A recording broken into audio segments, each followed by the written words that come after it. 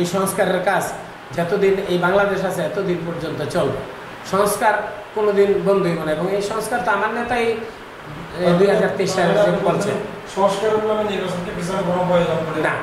সংস্কারের নামে নির্বাচন পিছানোর কোনো রাস্তা নেই। কারণ সংস্কার এক জিনিস, নির্বাচন আরেক জিনিস। সংস্কারের কাজ চলতেই থাকবে, নির্বাচন তো রেগুলার হইব না। নির্বাচন 5 বছর পর পর হইব। আপনার সংস্কার সবসময় চলতে থাকবে, ধারাবাহিকভাবে সংস্কার চলবে। আপনি সংস্কারের কোনো এই সময়সীমা নাই যে এই দিনের থেকে এই দিনের মধ্যে সংস্কার শেষ করতে হবে। সংস্কার আপনি যুগ যুগ বইরা শেষ করতে থাকবেন। সংস্কার একটা করবেন, দেখবেন আরেকটা সংস্কার রেডি হয়ে গেছে, আবার ওইটা করতে হবে। নির্বাচন একটা করবেন, আরেকটা আবার 5 বছরের জন্য অপেক্ষা করতে হবে। কিন্তু সংস্কার 5 বছর অপেক্ষা না। সংস্কারের কাজগুলো সবসময় চলতে থাকবে ইনশাআল্লাহ। এবং রাষ্ট্রীয় যে মেরামতের কাজ, এটা এইটাই সংস্কার একটা ধাপ। রাষ্ট্রীয় যে মেরামত সংস্কার এইটাই একটা ধাপ। এটা তো আমার নেতাই বলছে। এবং এখানের মধ্যে পদ ভ্রষ্ট করার জন্যে আরেকটা মানুষের দরকার। এই শেখ হাসিনার পদ ভ্রষ্ট করার জন্য, এই যে শেখ হাসিনার যে রাষ্ট্রের যে খারাপ কাজগুলো করছে, রাষ্ট্রের মধ্যে যে লুটপাট করছে, এই লুটপাটের মধ্যে হইলে মনে করেন আপনি বড় বড় ব্যবসায়ী যারা আছে এরা এলো মনে করেন এই লুটপাটের সাথে জড়িত। এবং আমাদের মতন যারা সাধারণ, আমরা রাজনীতি করি, আমরা বিভিন্ন থানায়, বিভিন্ন জেলায়, ওয়ার্ডে, সারা বাংলাদেশের দলীয় লোকগুলা, বিশেষ করে বিএনপির লোকগুলা, আমরা এই উনি এমন একজন নেতা, আমি যদি বলি যে উনি বাংলাদেশের মধ্যে একজন নেতা তা না, বিশ্ববাসীরাও ওনার একটা খ্যাতি দিছে যে তারেক রহমান বিশ্বের মধ্যে একজন ভালো মানের একজন লিডার হয়েছে। এবং উনি রাজনৈতিক বিষয়ে অনেক পড়াশোনা করছে। এটা হইলো আমরা ওখানে বুঝতে পারতেছি।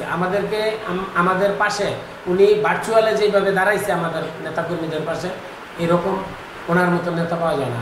অবশ্যই যুক্তিযুক্ত। কিছুদিন আগে আপনারা দেখছেন যে ফতুল্লা থানা বিএনপি সাংগঠনিক সম্পাদক রিয়াজ মোহাম্মদ চৌধুরী একজন ব্যবসায়ীর কাছে চাঁদা দাবি করছে এবং ওই ব্যবসায়ীর ফ্যাক্টরি পুরা ফেলাইব বলে এরকম ধরনের হুমকি দিচ্ছে। আপনারা গণমাধ্যমে আমরা দেখছি, আপনারা চাচ্ছেন। তাই মূলত জিনিস হইল এটা, এই রিয়াজ চৌধুরীর বীর মুক্তিযোদ্ধা আলহাজ মোহাম্মদ গিয়াসউদ্দিন যখন আপনার এই নারায়ণগঞ্জ জেলা বিএনপির সভাপতি থাকা অবস্থায় ওনার হইল ফতুল্লা থানা বিএনপি থেকে ওনার বহিষ্কার করছে। এবং আমাদের এখানের মধ্যে আরও আছে সিদ্ধিরগঞ্জ থানায়, যাদের বিরুদ্ধে হইল চাঁদাবাজির অভিযোগ আনছে।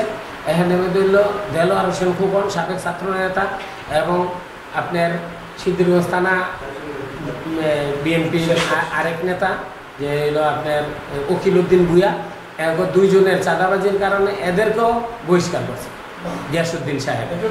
উনি আদর্শিক নেতা। বীর মুক্তিযোদ্ধা আলহাজ মোহাম্মদ গিয়াসউদ্দিন উনি এখন কেন্দ্রীয় নির্বাহী কমিটির সদস্য।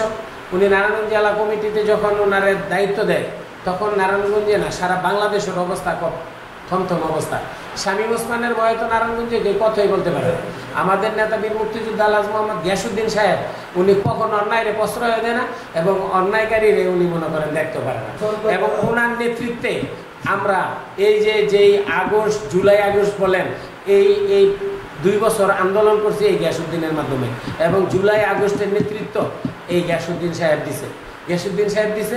আমরা গিয়াসউদ্দিন সাহেবের দীর্ঘায়ু কামনা করি। কারণ এরকম একটা লোক যদি দেশে প্রত্যেকটা জেলায় থাকে, তাইলে মনে করেন এই জেলার মধ্যে সন্ত্রাসী তো দুর্গতা কেউ থাকবে না। শামীম ওসমান যে নামের উপরে ভয় পায়, সেই নেতা হইল বীর মুক্তিযোদ্ধা আলহাজ মোহাম্মদ গিয়াসউদ্দিন।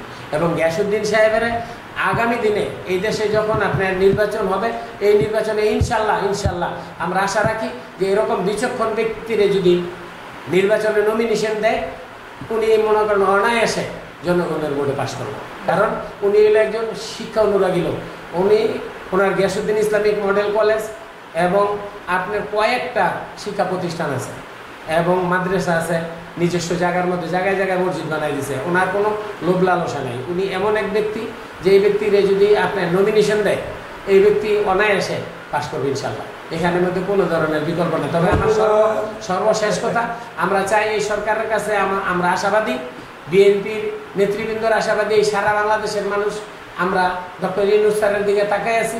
আমরা চাই ডিসেম্বরে স্যার অবিলম্বে আমাদের এই দেশে জাতীয় নির্বাচনের ব্যবস্থা করে দেবেন। আল্লাহ হাফেজ। বাংলাদেশ জিন্দাবাদ। বাংলাদেশ জাতীয়তাবাদী দল জিন্দাবাদ। শহীদ রাষ্ট্রপতি জিয়াউর রহমান অমর হোক। দেশনেত্রী বেগম খালেদা জিয়া জিন্দাবাদ। তারুণ্যের অহংকার জনাব তারেক রহমান জিন্দাবাদ। আসসালামু আলাইকুম।